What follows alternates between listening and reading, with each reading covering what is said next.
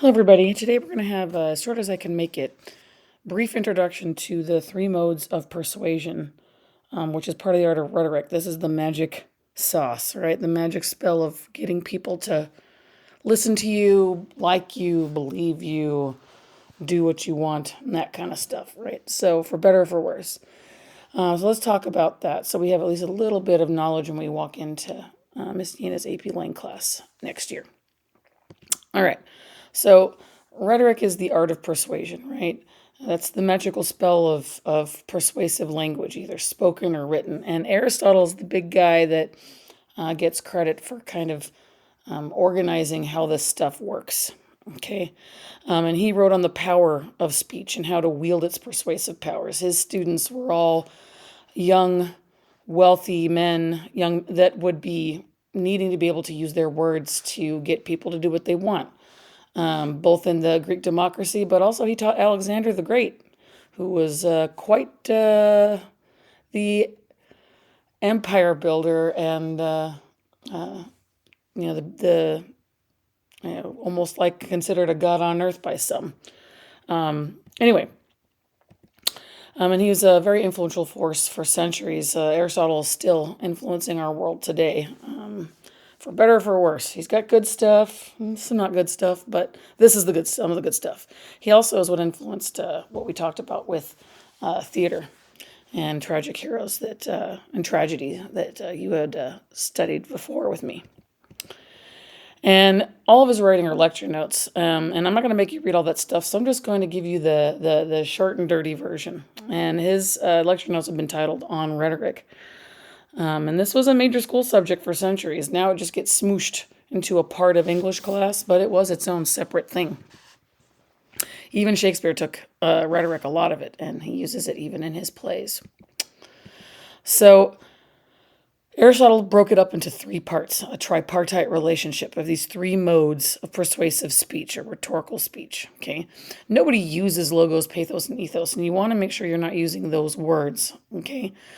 But those are the terms that he uses to talk about how many choices that we make with our words and how we say our words fit under these modes. Okay. Which we're also going to call them appeals to emotion, logic, reason, and credibility. Okay. And Aristotle thought they all need to be balanced so that it can be persuasive but also ethical, because there's lots of persuasive speech that's not ethical. And he was trying to teach his students to be both persuasive and ethical, to be good wizards, not dark wizards, right? And he likes to use things cut into three a lot, pretty common. But these are the three parts. There's ethos or ethos, or ethos, depending on who you're talking to and what era. And this is how you would spell it in ancient Greek, either with the eta here that looks kind of like an N, or the epsilon looks like an E. Okay. And then there's logos, right? That's how you would spell it in Greek. And then pathos or pathos, which is how you would spell it in Greek right there. Now let's talk about each of these, okay? So ethos has to do with the credibility of the speaker, okay? And it's about being trusted and being an expert and people liking you and being drawn to you. So ethos is all about the credibility and trustworthiness of the speaker. Logos is about the message itself and about the logic of it, about it making sense. It's your line of reasoning. It's trying to appeal to people's natural instinct for, that makes sense, versus stuff that doesn't make sense. Although there's ways to trick people and use bad logic to still trick people to think it makes sense. There's lots of manipulative tricks.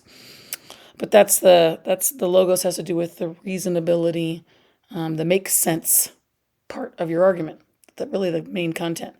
And then pathos is the appeal to the audience to get them to feel something. It's an appeal to emotion. So depending on the words you use and, the vocalizations and the subject matter and all that kind of stuff, this can lead to the audience feeling certain ways. And the speaker needs to decide, okay, who is my audience? And how do I want to get them to feel certain ways so they will do or believe what I want them to do or what I want them to believe. Okay. And so, as I said, speakers about the credibility, audience, the emotions, and the message is the logic, the evidence and the line of reasoning for things to go from A to Z in a way that makes sense. So let's talk about Ethos, and I'm going to use as a kind of symbol here Captain America, because he's supposed to be considered like the good guy that's one of the most credible of all the superheroes. And another term we use is called artistic proofs, right? Because it is an art. Remember, we talked that language is art. Okay, and the Greek word for this would be pistis. Okay, and it has to do with the character. Okay, of the speaker. Do they have good character, good moral character? Can I trust them? Do they know what they're talking about? Do they care about the audience? Are they trying to trick them, or are they trying to actually help them in some way? And some other ways to translate pistis has to do with like custom or habit. Okay, so and there's 3 categories for this. Okay, so there's phronesis, which has to do with useful skills and wisdom. So this, you can appeal to your credibility as a speaker by being someone who is able to show that they're very wise, or they know they know how to do something, right? So if a speaker is trying to get you to understand something about, I don't know, architecture, well, they're going to have low ethos if they're not involved somehow as an expert in the architectural field, right? So, and then there's arete, which has to do with, are they a good person morally? Are they a virtuous person? And do they have goodwill towards the audience, which is called eunoia. Okay. Eunoia is goodwill towards the audience. So arete is, are you a good person? Okay. Now, I'm not going to make you guys memorize this stuff. You're not going to need to ever use these terms in an essay you're going to be writing, but I just want you to understand that these are the kinds of things that ethos appeal to. It's either, you're an expert, you're appealing to you as a good human being, or you have goodwill towards your audience, that you don't have some hidden agenda. So when you're critiquing whether or not someone has strong ethos, that's what you want to look at: expertise, morality as a good person, and their motives. Is this speech for you to help you, or is it to get money out of you, or to manipulate you in some negative way? Okay. So remember, ethos is determined by the audience of the speaker. So when you're looking at these speeches, you're going to be thinking, okay, how strong is the ethos of the speaker, in my opinion, as the audience? Have they made me feel like they are a good person, they do care about me, and that they're an expert? Okay. If the ethos is low, you lose the connection with your audience, right? If you don't like them or you don't trust them, you're not going to listen to them. Think about watching people that watch political speakers that they don't believe in them and think that they're not good people. You're not even paying attention to what they have to say, right? If there's a teacher that you think is not a nice person, or they don't really care about you, you're not paying attention very much in class, and you've lost that connection. And they're not going to be able to persuade you very easily to do what they ask you to, right? Or you're not going to believe them because you don't have that trust. Okay. And so violations of ethos could include like the speaker having a vested interest or some ulterior motive, right? They want money, right? They want you to spend money. So be skeptical of people that are giving these YouTube videos that constantly have a bunch of ads in there, make you go, Like a lot of people critique Mr. Beast. He seems like a nice guy, so he's got strong arete, he seems like a nice guy, and he does all sorts of charitable things. And his celebrity gives him that kind of maybe fake expertise on things, because people feel like, oh, you're a celebrity, everything you say is true. But be wary about that kind of stuff. But he's also making $1 billion off of you. You should be kind of skeptical of, maybe not everything about him, but maybe you should be skeptical of okay, I know I'm just I am a customer for him, right? Whether you like Mr. Beast or not, I'm just giving him an example because he's so famous. A guy that's trying to sell me really sweet drinks and lunchbox, items, doing his charity videos, you got to kind of wonder a little bit, right? And you got to make sure, are they actually expertises, right? So if someone's doing a speech on something, they have no idea what they're talking about, and they're just, making stuff up, or they're not actually an expert in that field, be wary. Be a little wary. Okay, so let's talk about the next one. Let's talk about logos. And why am I picking this guy? It's not dark side. It's an anagram for dark side. That's a DC guy. This is what's his name? You guys know what I mean. I'm a DC person. Sorry. He's basically dark side. Whatever. He's the bad guy with the gauntlet, right? The reason why I call him Logos is because he thought he was very logical and rational. Maybe I should put Iron Man here. But he's so emotional. I didn't want to use him. This guy's just cold, calculated logic, right? And he is considered in Marvel Comics one of the most intelligent beings in the entire universe. So he's kind of an expert, at least on being an intellectual. Maybe not a good person. that's an Ethos thing, but Logos, right? Logos is all about line of argument, having good logical reasons and evidence and stuff. Okay, so it literally means I say, okay, in Greek, but it also can be translated as word or speech or reason or discourse, and we use that to at the end of many words. Like biology is bios, which means life, and logos, right? Which is this. So it's a discourse on life, right? Or, I don't know, anything that has that kind of logos at the end, right? Psychology is the discourse, logos of psyche, which is the mind. Okay. All right. And so that's the logic behind the argument. And you need this to be able to persuade an audience. And in fact, Aristotle thinks this should be the highest form, but not so much. Emotions tend to persuade people more than anything. We are much more emotional beasts than we are logical ones. But we should be persuaded by the best answers and by the most logical, reasonable, makes sense stuff. Okay, and so the logos includes having like your line of reasoning and the evidence that you're giving. Okay, so it's the reason. It's argument from reason. And as Aristotle says, it enables the human being to perform as no other animal can. Almost all animals, if not all animals, have emotions. That doesn't make you special. Almost all animals have some kind of dealing with, do I trust you? Are you an enemy? Or you were a friend, right? But logic, reason, to the degree that we can do, we're very special creatures. The only ones that can kind of reason that we know of at the level that we're at. And for Aristotle, he thought that was the final cause for being a human being, is to think, to reason. He thinks that's our purpose. Why are we here? To think. So when we turn off our brains, Aristotle thinks we're not being fully human. And so this is super important to him. But are people persuasive with bad logic? Sure. If you don't know how to, defend yourself against the dark arts of bad persuasion, where you're being manipulated. And this is connected to trust, though, right? You're not going to listen to someone's logical argument if you don't trust them.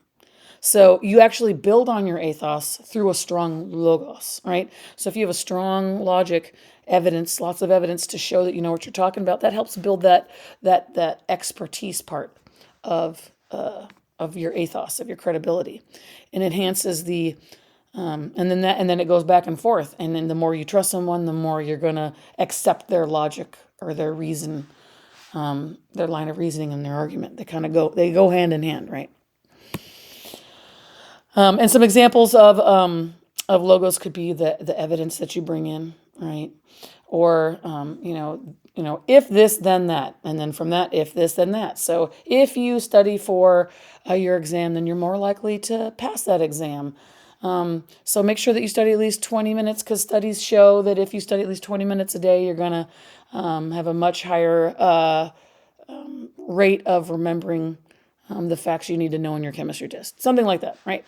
And if it was Mr. Schiller talking because he's such a nice man and he's a clear expert and very smart, you're going to listen to that advice that you should study 20 minutes every day so you can do well. It kind of goes hand in hand, right? And so I'll show you some examples of logos in the next ed puzzle that you're going to be looking at. But it's basically just the evidence and the makey sensey part of your argument. Now, Pathos, I'm picking Star-Lord because he's a super emotional guy, right? And Pathos is, and that's is the emotions, the appeal to, and it means suffering or experience. And if you recall, one of my stickers on my podium, and what I started at the beginning of the year is one of my kind of like signature sayings is Pathos, Mathos. To suffer is to learn, right? And it also means to learn is to suffer. Okay. So math, is the root word of like learning, and it appeals to the emotions of the audience and to get feelings out of you. Okay, to get you to kind of act, because if you don't make anybody feel, you're not going to really do anything, right? And Aristotle said, awakening the emotions in the audience so as to induce them to make the judgment desired. The judgment is the like the agreeing with you, the desired judgment, I should say. So you want to get the right emotions to get them to do what you want, and this is where the evil can happen. This is one that can be for good or for evil, and this is where you'll see politicians or advertisers or propagandists, used to get you. So this is the dangerous, dangerous, dangerous one. And if you watched Guardians of the Galaxy, Star-Lord's the one that messed everything up because he let his emotions get to him, right?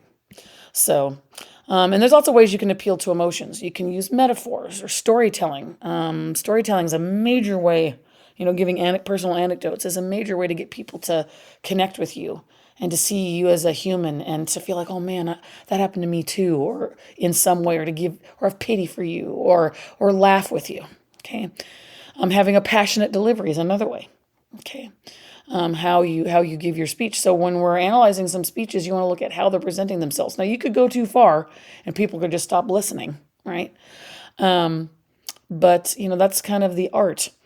And it can also have to do with the word choice that you're using. If you're using repetition, that could be very emotional, particularly if what words you are repeating. If you recall in the video we watched yesterday, right?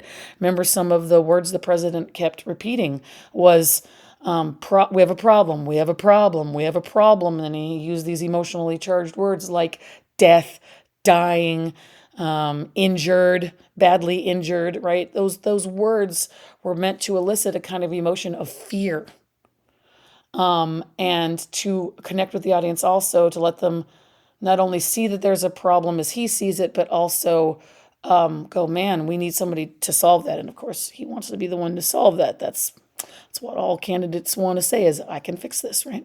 So, these are some of the ways that you can appeal to people's emotions. This is word choice, how you deliver, giving personal stories, using metaphors and symbols and music.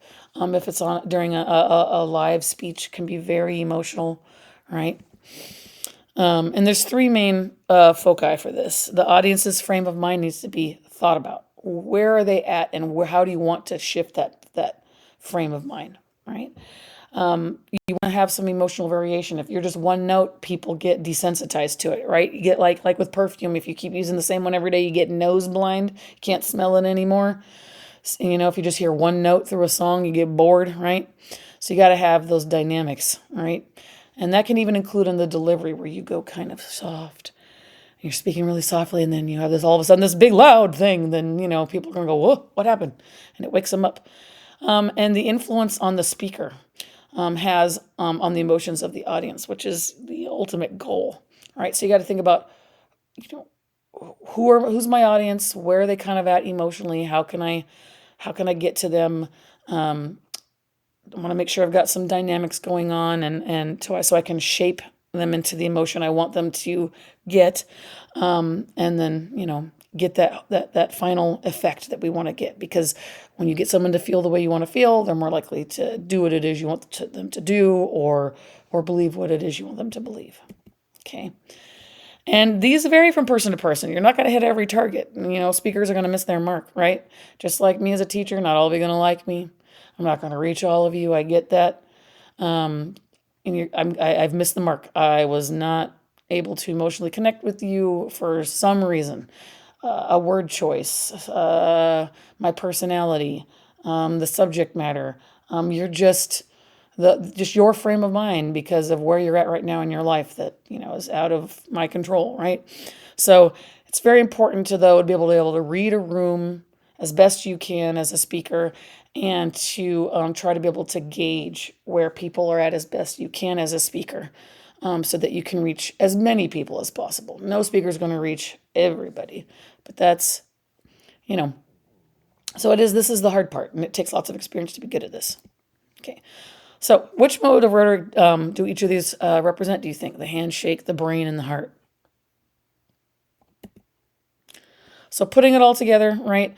The magic spells aren't all appeals or modes of persuasion. The rhetorical situation has some other things too.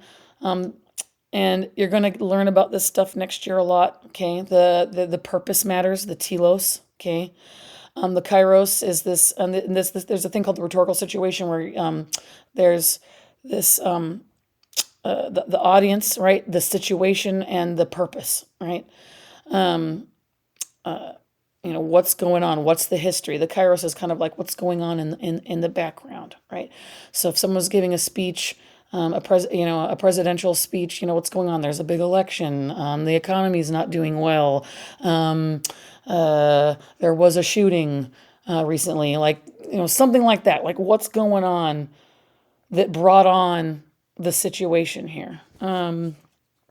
And what's going on in the audience's head, and why are they there, or why are you there? And it leads to like the audience themselves that have this kind of situation in their minds or in their hearts, right? And then the purpose, the telos, is like why you're there and why they're there, and you got to have these things figured out to be able to know how to use the 3 rhetorical appeals. Okay. And that includes style features too, and the style features down here in the bottom, right, are all part of, fit under the umbrella of logos, pathos, ethos. So nobody's using logos, pathos, ethos. They're using word choice or diction.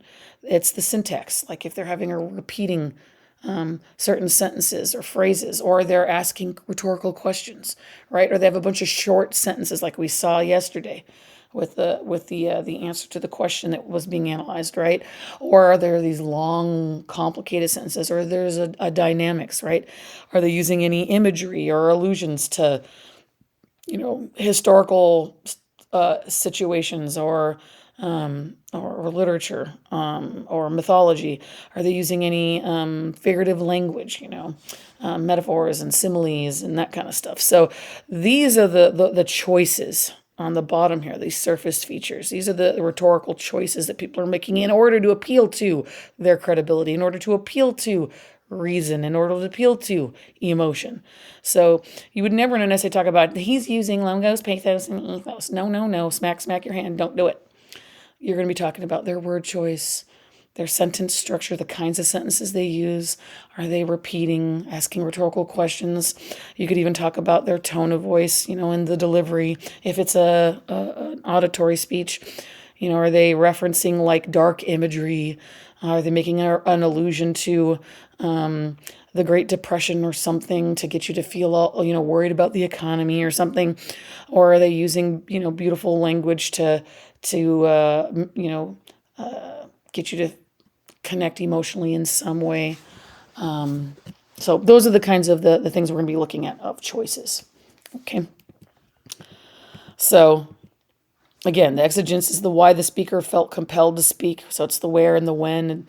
And it has to do with right place, right time. Okay. It has to do with the context, right? And the audience has to do with the who the message is targeted towards, right? And the telos is the purpose. What is the speaker trying to get the audience to do or think? So these are all the kinds of things you're going to be thinking about when you're looking at how a magic spell is done, right? I.e., an act of persuasive speech or writing. Okay. So, and style features, I said, there's a little silly way to kind of remember what those are. It's called diddles. So diction is the word choice, imagery and allusions, the details, the language, including tone and figurative language, and then the syntax. And that's something you're going to explore next year. We're not going to have time to get through all that stuff this year, but next year you're going to expand. We're just going to basically look at what do you notice about the choices in your own words that appeal to credibility, reasonability and logic, or emotions. But you'll get into more detailed nitty gritty of the diddles stuff next year. Okay, and it all comes together as this magic spell. Okay, so in the text box, please write down your answers to these questions. And when you're done with that, move on to the next dead puzzle when you get a chance. I hope I didn't make it too long. Bye-bye.